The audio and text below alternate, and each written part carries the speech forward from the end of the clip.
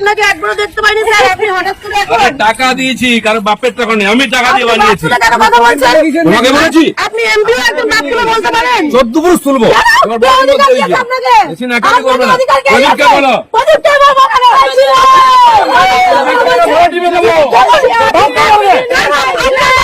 শালা টাকা দিচ্ছে, ভিখারি পার্টি নয়, টাকা দিয়েছি।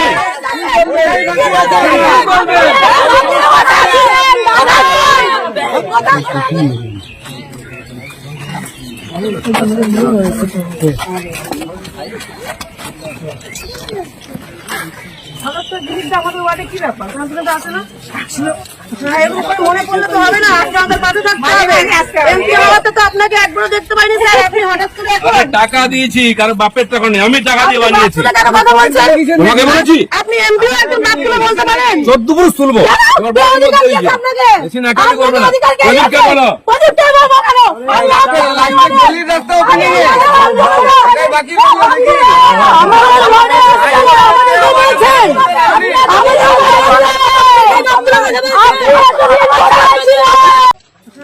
মনে পড়লে তো হবে না, আজকে আমাদের পাশে থাকতে হবে।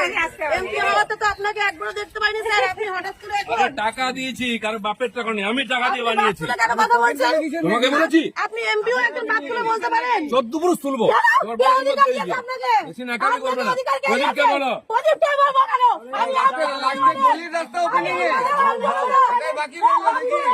আমাদের ওয়ার্ডে আমাদেরকে বলছেন।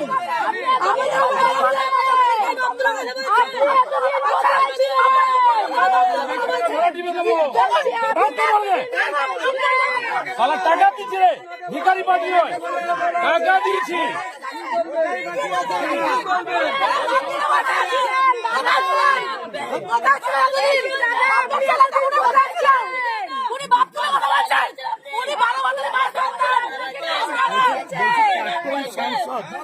আপনাদের প্রাক্তন সাংসদ এখানে এসেছিলেন, তো আপনারা কিছু প্রশ্ন এতদিন কোথায় ছিল দাদা? আমাদের এতদিন ছিল না, আমাদের ঘরে যখন বাড়ি করতে ছিল না, বাসিন্দারা জানে দাদা মাটি ফেলালো, দাদা রাস্তা ফেলালো, আমাকে বাপরা বলছে, আমাদেরকে বাপরা বলছে, নাকি দেয় না কেউ, ওদের বাপরা রাস্তা বলে সরকার বাপরা বলে সরকার কেমন বাপ, উনি কোন ভাবে সরকার উন্নয়ন জানেন না, কিন্তু আমরা জানি।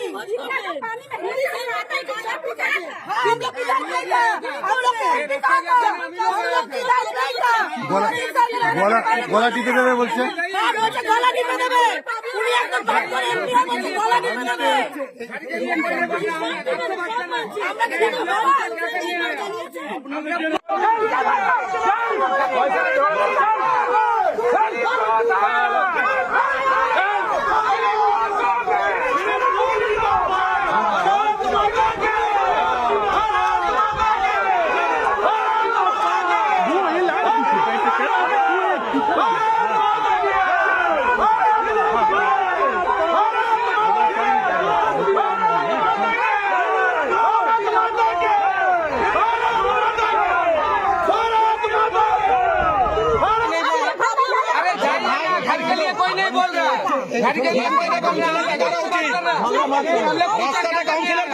আপনাদের কাউন্সিলর করতে পারেনি রাস্তা, একটা এমপি ফান্ড থেকে রাস্তাটা হলো মানুষের উপকারের জন্য হয়েছে।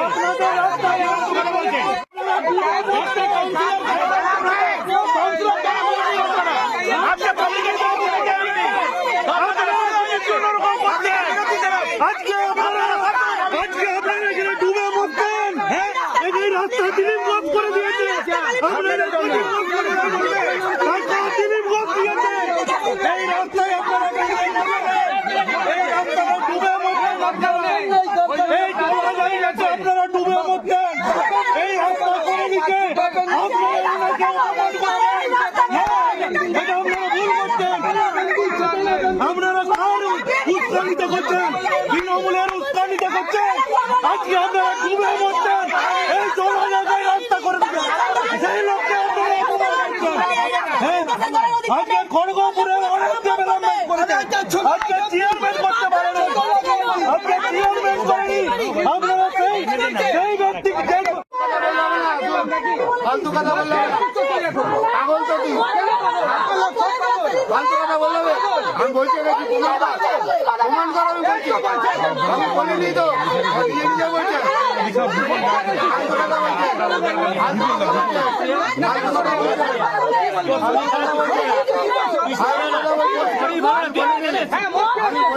এগুলো দেখা দিলীপ ঘোষের সঙ্গে এই যে যারা আছে মদ খেয়ে আছে দেখুন।